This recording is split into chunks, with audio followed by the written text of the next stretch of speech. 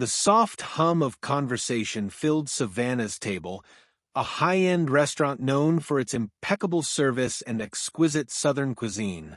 Candlelight flickered against polished mahogany tables, and the scent of rosemary and butter drifted through the air. It was the kind of establishment that attracted the city's elite, business tycoons, socialites, and high-profile executives seeking both fine dining and exclusivity.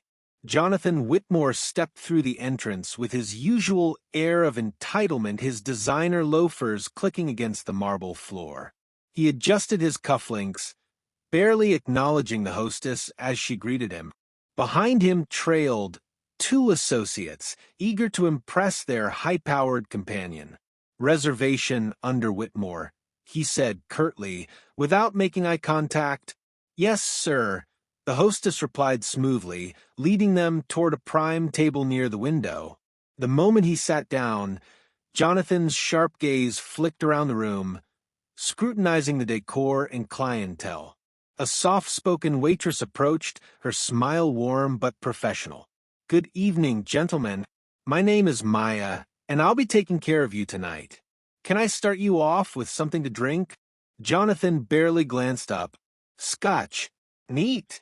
His associates followed suit, ordering their drinks, but before Maya could leave, Jonathan spoke again. "And be quick about it, will you? We're here for business, not to wait around all night." Maya's expression remained composed, though there was a slight shift in her eyes, something knowing, something patient. "Of course, sir," she said before walking away. As soon as she was out of earshot, Jonathan let out a dismissive chuckle. "You'd think a place like this could afford more polished staff," he muttered. "I swear, service just isn't what it used to be."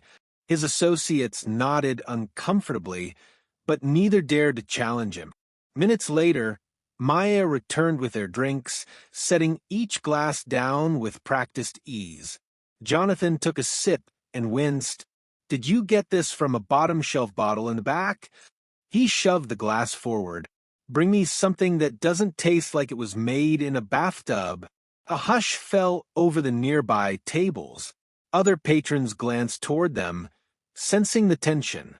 A well-dressed couple at the next table exchanged glances. Even the maitre d', who had been discreetly overseeing the room, subtly took a step forward, ready to intervene. But Maya didn't flinch. She simply tilted her head, studying Jonathan with a quiet amusement that only irritated him further. "I'll have the bartender bring you something different," she said calmly. "See that you do," Jonathan sneered. "Honestly, you should be grateful you have a job at a place like this." His words carried across the restaurant, the kind of comment that revealed more about the speaker than the target. Maya said nothing, just a faint, knowing smile before she turned and walked away. One of Jonathan's associates cleared his throat. Maybe you should take it easy. It's just a drink."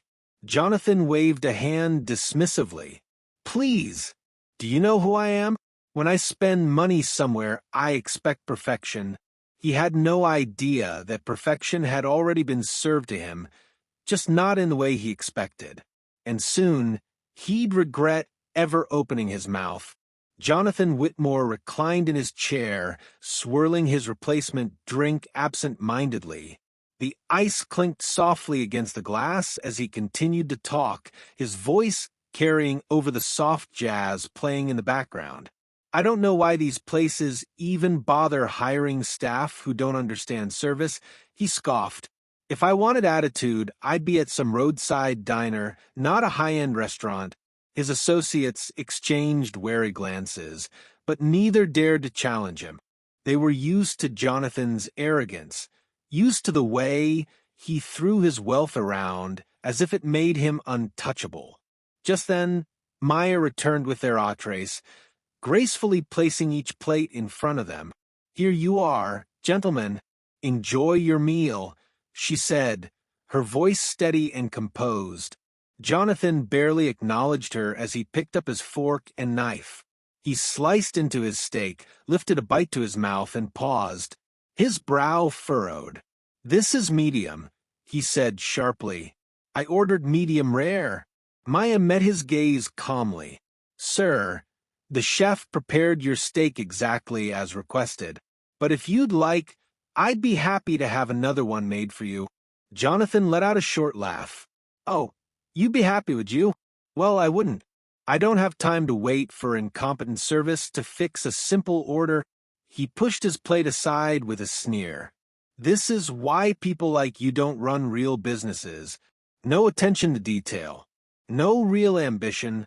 A hush fell over the tables nearby. The remark had been deliberate, a thinly veiled insult that left an air of unease in its wake. The maitre d' took a step forward, but before he could intervene, another voice spoke up. You know, Mr. Whitmore, there's something funny about that statement. Jonathan's head snapped up. A woman in a sleek black dress stood at the edge of his table.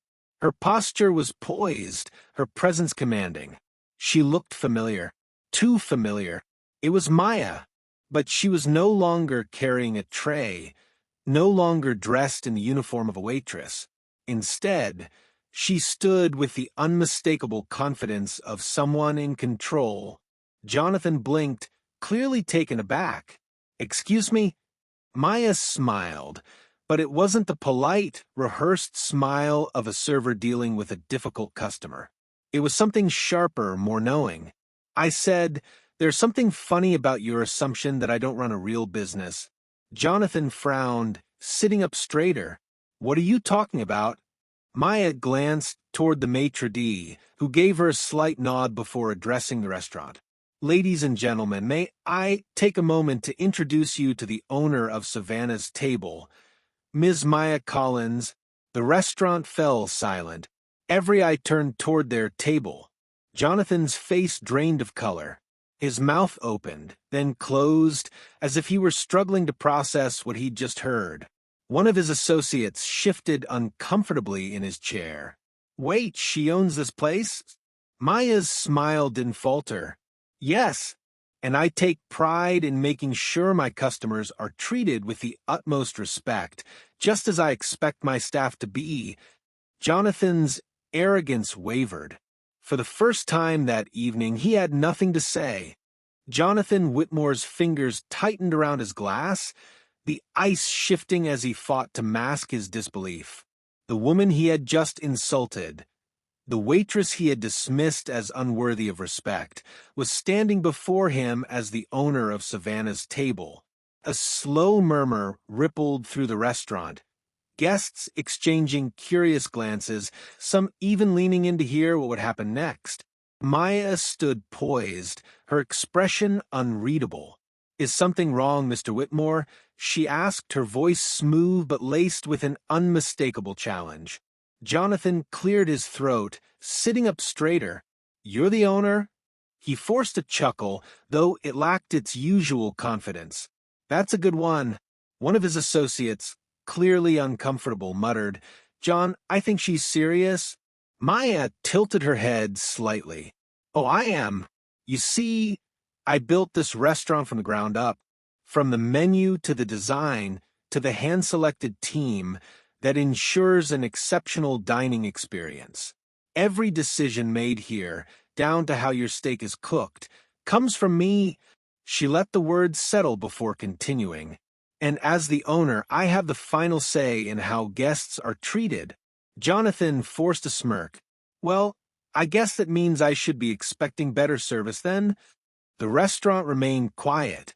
The tension in the air was thick, charged with something no one could quite put into words.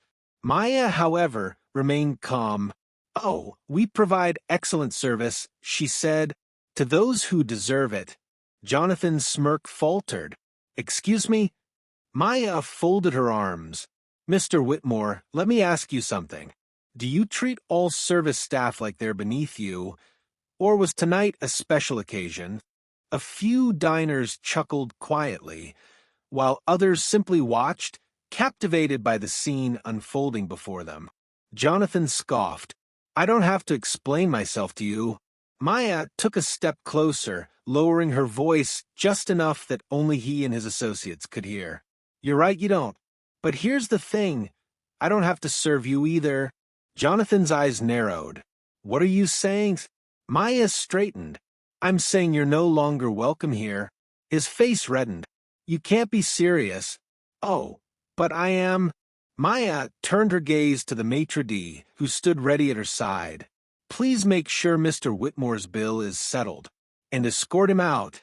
Gasps and murmurs filled the air. Jonathan's associates shifted uncomfortably, clearly not wanting to be caught in the fallout. Jonathan leaned forward, his voice low with warning. You're making a mistake. Maya didn't blink. No, Mr. Whitmore. The mistake was thinking that money allows you to treat people however you please. For the first time that evening, Jonathan Whitmore was utterly powerless. He had walked in expecting to command respect through his wealth, yet now he was being shown the door by a woman he had underestimated. The maitre d' stepped forward. Sir, if you'll follow me. Jonathan hesitated, looking around as if searching for someone to come to his defense. No one did. With a clenched jaw, he rose from his seat, tossing his napkin onto the table. This place isn't worth my time anyway, he muttered before storming toward the exit. As the doors swung shut behind him, Maya exhaled quietly, standing tall. The restaurant erupted into quiet applause. The tables had turned, and she had won. Jonathan Whitmore stormed out of Savannah's table, his face a deep shade of red. The whispers followed him like shadows, his own associates trailing behind, avoiding his gaze. The crisp night air did little to cool his temper. How dare she, he muttered under his breath, pulling his phone from his pocket. His fingers hovered over the screen as he considered his next move. A bad review? A call to someone influential? He was used to getting his way, and he wasn't about to let some waitress, no, some restaurant owner humiliate him like that. But as he paced outside the warmly lit entrance, something unexpected happened. One by one, his colleagues turned away from him. I'll catch you later, John, one muttered, adjusting his tie. Yeah, I think I'm going to stick around and grab dessert, another said awkwardly. Jonathan narrowed his eyes. You're staying? One of them hesitated before replying. Listen, man, what happened in there? It wasn't a good look. You were out of line. Jonathan scoffed. Out of line? I was the one being embarrassed in front of everyone. His associate shook his head. No, you embarrassed yourself. And with that, he turned back toward the restaurant, where Maya still stood at the entrance, her arms crossed but her expression composed. Jonathan gritted his teeth, watching as the restaurant door swung open and his former dining companions re-entered, choosing her establishment over his company. For the first time in a long time, he felt small. Inside, a different kind of celebration. Back inside, Maya exhaled as the tension of the evening melted away. A few customers still glanced her way, admiration in their eyes. A woman at a nearby table gave her an approving nod, while a man lifted his wine glass in silent respect. One of her servers, Danny, approached with a grin. I'd say that went well. Maya arched a brow. Did it? Danny chuckled. Oh, absolutely. You put that man in his place and protected the integrity of this restaurant. That's a win. Maya allowed a small smile to form. It's not about putting anyone in their place, she said. It's about making sure people understand that respect is non-negotiable. Just then, an older gentleman in a tailored suit approached. His silver hair gleamed under the restaurant's warm lights, and a kind smile softened his distinguished features. Miss Carter, he said, offering his hand. I wanted to personally commend you. What you did tonight. It was necessary. Maya shook his hand, recognizing him immediately. Robert Calloway, a highly respected investor and someone who dined at Savannah's table often. Thank you, Mr. Calloway, she said humbly. I've always believed that a business is only as strong as the principles it upholds, he continued. And tonight, you proved that this restaurant isn't just about fine dining, it's about dignity. That's something I respect. Maya felt a warmth spread through her chest. That means a lot coming from you. Calloway smiled knowingly. "And it will mean a lot to others, too. Expect more business to come your way." As he returned to his table, Danny leaned in and whispered, "Well, looks like we'll be busier than ever." Maya simply smiled. She had built Savannah's table on hard work, vision, and resilience. And tonight, she had reinforced exactly what made it special. Outside, Jonathan Whitmore lingered for a few moments longer, watching as the restaurant buzzed with life. Without him, his influence meant nothing here. And for the first time in his life, he was forced to accept a lesson he had never expected to learn. Respect isn't bought, it's earned.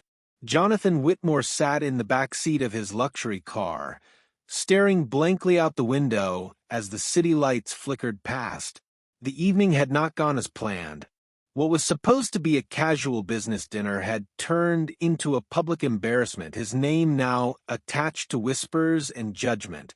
He scrolled through his phone, checking messages from colleagues. Some were neutral, a few were apologetic, but most were eerily silent. He knew what that meant. His behavior had been noticed, and not in a good way. "Where to, sir?" his driver asked. Jonathan exhaled sharply. "Home." But as the car pulled away from Savannah's table, he couldn't shake the feeling that he had left something important behind, something greater than his pride. Meanwhile, back at Savannah's table, Maya Carter moved through her restaurant with quiet confidence. The night had been a whirlwind, but as she checked in on her guests, she felt nothing but satisfaction. Savannah's table wasn't just standing, it was thriving. As she passed a table near the window, she overheard two guests discussing what had happened. "That guy thought he could treat her like she was nothing," one said, "and now he has to live with the fact that she's the one in charge," the other replied. Maya smiled to herself, but not out of spite. It wasn't about revenge, it was about dignity. She had worked too hard, sacrificed too much, to allow a man like Jonathan Whitmore to diminish her worth, even for a second. Then, as she reached the hostess stand, something unexpected happened. The door opened, and Jonathan Whitmore walked back in. A different kind of conversation. The restaurant quieted just slightly, not out of fear, but curiosity. Maya stood her ground, arms crossed, her expression unreadable. Jonathan approached her cautiously, his usual arrogance dulled. "Miss Carter," he said, voice lower than before. "Mr. Whitmore," she replied coolly. "I thought you left for the evening." He hesitated, glancing around. "I did." His hands found his pockets, as though searching for something to anchor him. "But I realized I needed to come back." Maya raised a brow. "Oh." Jonathan sighed, rubbing his temple. He was not a man who apologized often, if ever. But tonight had forced him into a position he wasn't used to. "I was wrong," he admitted, though the word seemed foreign on his tongue. "I treated you with disrespect, and for that I apologize." Maya tilted her head, studying him. The Jonathan Whitmore she had encountered earlier had been entitled, dismissive, cruel. This man standing before her now, he looked humbled. "Apologies are easy," she said. "Growth takes effort." Jonathan nodded, exhaling. "I'm aware." He looked around. "You run a fine establishment, better than I gave you credit for." Maya let that settle before replying. "I didn't need your credit, Mr. Whitmore." That hit him harder than expected. A silence stretched between them before Jonathan reached into his coat pocket, pulling out a business card. "If you ever want to expand, I have connections. I know I don't deserve a second chance, but maybe one day we'll do business the right way." Maya took the card but didn't commit to anything. "Maybe," she said simply. Jonathan gave her a small nod before turning toward the door. This time, when he left Savannah's table, he did so knowing he had been served more than just a meal. He had been served a lesson, and he wasn't likely to forget it anytime soon.